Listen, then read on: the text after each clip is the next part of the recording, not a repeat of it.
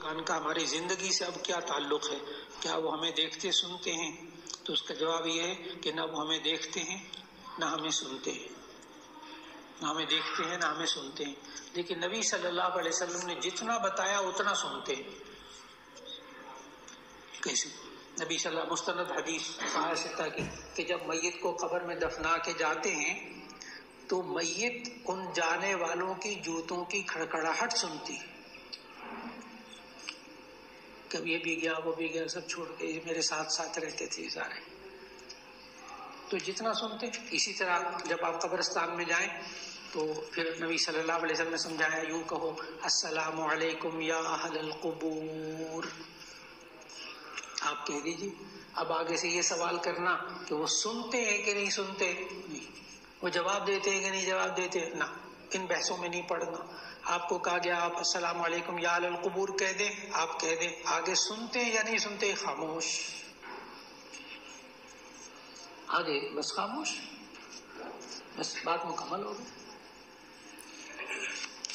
لیکن ہم حیات انبیاء کے قائل ہیں، ہم انبیاء کے حیات کے قائل ہیں، ہمارا عقیدہ ہے انبیاء علیہ السلام اپنی قبروں میں زندہ ہیں، شہداء زندہ ہیں۔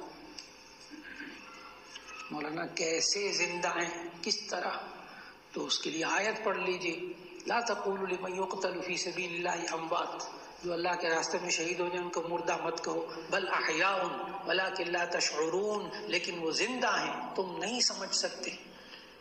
لیکن ہم پتہ کیا کہتے ہیں، ہم نے سمجھ کے چھوڑنا ہے۔ اللہ کہہ رہے لا تشعرون، تم سمجھ نہیں سکتے تو لگا لے زور، لگا لے زور، آ جائے گی سمجھ، ایسی خامخواہ۔ اللہ کہتا ہے لا تشعرون، تم نہیں سمجھ سکتے وہ کیسے زندہ ہے، تو ہم کہتے ہیں ٹھیک ہے نہیں سمجھ سکتے، بھلے ہمارا عقیدہ کہ وہ زندہ ہے، بات ختم ہو گئی، بات ختم ہو گئی، بالکل بحث نہیں کرنی، کسی سے بحث نہیں کرنی، ایسے کہ زور لگا لے۔ اللہ نے کہا لا تشعرون، تم سمجھ ہی نہیں سکتے۔ اللہ تو یہاں تک کہتا ہے دوسرے چوتھے پارے میں، بل احیاء عند ربهم یرزقون، بلکہ وہ زندہ ہیں، ان کا رب ان کو رزق دیا جاتا ہے۔ کیسا؟ پھل شل کھاتے ہیں؟ جی آپ سے اچھا پھل کھاتے ہیں، فکر نہ کریں، جب رزق دیا جاتا ہے بات ختم ہو گئی۔ ہمارا عقیدہ ایمان ہے ہمارا قرآن پہ۔ ایک سامنے کے ایک بچے کی وجہ سے بہت پریشان ہوں، اس حد تک کہ مکمل بات سننے کے بعد یاد نہیں رہتا کہ اس بات کا پہلا حصہ کیا تھا، تو اس کا جواب یاد رکھ لیجیے گا۔ یہ عام طور پر پہلے اتنا عام نہیں تھا، اب بہت زیادہ عام ہو گیا۔ اس کو بعض لوگ ڈیمنشیا بھی کہتے ہیں، اور اس سے بھی ایک اگلا درجہ اب جو جدید ترین وہ ہے الزائمر۔ الزائمر بھی ہوتا ہے کہ چند لمحے پہلے والی جو بات ہے نا، چند سیکنڈ چند منٹ پہلے والی بات وہ ذہن سے نکل جاتی، پچھلی ساری باتیں یاد ہوتی۔ اچھا وہ یاد آ جاتی ہے بات، پھر جب یاد آ جاتی پھر بالکل پکا ہوتا ہے۔ تو ہمارے طلباء میں بھی یہ بہت زیادہ ہوتا ہے، بعض طلباء کو ایک دم یاد ہو جاتا ہے، بعض کو ذرا دیر سے یاد ہوتا ہے، بعض جلدی سے یاد کر لیتے تھوڑی دیر میں بھول جاتے ہیں۔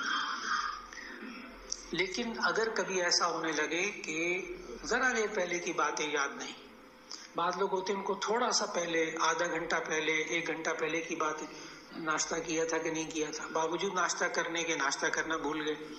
عام ہماری زندگی میں چابیاں رکھ کر بھول گئے، موبائل رکھ کر بھول گئے، ابھی کس سے بات ہوئی تھی موبائل پر بھول گئے۔ تو اگر ایسا ہو تو اسی صورت کے اندر نمبر 1 اپنی پریشانیوں کو کم کیجیے، یعنی ان کو ذہن پر سوار کرنا کم کیجیے۔ سب سے زیادہ جو نقصان ہوتا ہے وہ اس میں ہر وقت ٹینشن میں رہنا، اس سے زیادہ ہو جاتا ہے۔ دیکھیے پریشان ہونے سے پریشانیاں ختم تو نہیں ہوں گی نا، اللہ تعالیٰ سے دعا کریں، اس کا حل نکالنے کی کوشش کریں، ہر وقت اپنے ذہن کے اوپر پریشانیاں نہ رکھیں، اس سے یہ الزائمر کی تکلیف ہوتی ہے۔ اور دوسرا ہوتا ہے کہ نیند پوری نہ ہونا، نیند پوری نہ ہونا، جن کی نیند پوری نہیں ہوتی ان کے ساتھ بھی یہ ہوتا ہے۔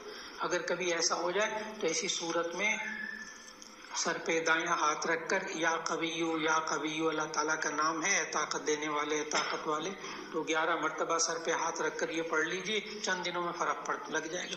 ایک تو یہ، دوسرا میں نے عرض کیا کہ ایک تو پریشانیوں سے بچنا، ٹینشن سے اپنے آپ کو بچانا، اور گناہوں سے اپنے آپ کو بچانا۔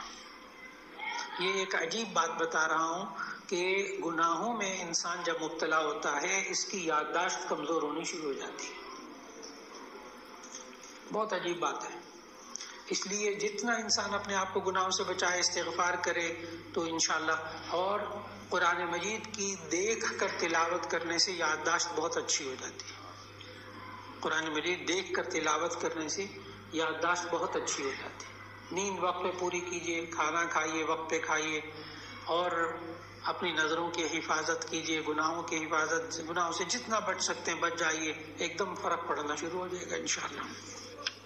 آدھے میں عمر جو بڑھتی ہے، 70 سے اوپر جتنی عمر جاتی ہے، 60 سے اوپر، 70 سے اوپر، تو آہستہ آہستہ آہستہ آہستہ پھر یادداشت میں کمی ہوتی ہے. یہ اللہ کا نظام ہے، یہ اللہ کا نظام ہے. ہم جب پڑھتے تھے اس کے بارے میں یونیورسٹی میں، تو اس وقت بڑے بڑے ماشاءاللہ پروفیسر ہوتے تھے پڑھانے والے، تو وہ بتاتے تھے کہ یہ جو بھولنا ہے نا، بھول جانا، نسیان، یہ اللہ کی بہت بڑی نعمت ہے. یہ اللہ کی بہت بڑی نعمت ہے. وہ پتہ کیا کہتے تھے اگر کوئی انسان نہ بھولے نا، بعض لوگ ہوتے ہیں ان کو بڑی یادداشت کمال کی ہوتی ہے، ان کو کوئی چیز بھولتی نہیں، وہ بھی ٹھیک ہے، اس کے باوجود بہت سی چیزیں بھولتے ہیں. کہتے ہیں اگر کوئی انسان 100% چیزوں کو ہر وقت یاد رکھنے والا ہو جائے تو وہ نارمل زندگی گزار ہی نہیں سکتا. دیکھتے ہیں نا، وہ آپ کا لیپ ٹاپ ہے، آپ کا کمپیوٹر ہے، آپ کا موبائل ہے، وہ بہت زیادہ بھر جائے نا تو اس کو ایکٹیو ہونے میں اس کا کام کرنے میں فرق پڑ جاتا ہے نا. تو انسان کا دماغ بہت زیادہ بھر جائے نا تو یہ نارمل زندگی نہیں گزار سکتا. اس کو ہر وقت لوگوں کی باتیں یاد رہیں گی، حادثے یاد رہیں گے، تکالیف یاد رہیں گی، مصیبتیں یاد رہیں گی، تو یہ بندہ تو نارمل زندگی نہیں گزار سکتا. تو بھولنا بہت بڑی اللہ کی نعمت ہے. لیکن دیکھیں، چینی اللہ کی بہت بڑی نعمت ہے نا، چینی میٹھی بہت نعمت ہے، لیکن زیادہ نہیں کھانی نا، شوگر ہو جائے گی. ہاں، نمک اللہ کی بہت بڑی نعمت ہے، لیکن دیکھو بے تکا بھی تو نہیں کھانا نا، بی پی آئی ہو جائے گا. ٹھیک، تو نسیان بھولنا اللہ کی نعمت ہے، لیکن زیادہ بھی نہیں ہونا چاہیے، زیادہ بھی نہیں ہونا چاہیے. اور ہمارے بزرگ کیا کہتے ہیں اگر انسان عمر کے تقاضوں کی وجہ سے بھولنا شروع کر دے تو بالکل پریشان نہیں ہونا. چابی بھول گیا، کھانا بھول گیا، فلاں چیز بھول گیا، کوئی بات نہیں، بس ایک بات کا خیال رکھنا ہے کہ اللہ کو نہ بھولے. باقی چیزیں بھول گیا کوئی بات نہیں، کوئی بات نہیں، بس یہ کہ اللہ کو نہ بھولے، بس اس کا خیال رکھ لے. اللہ یاد رہے اس کو.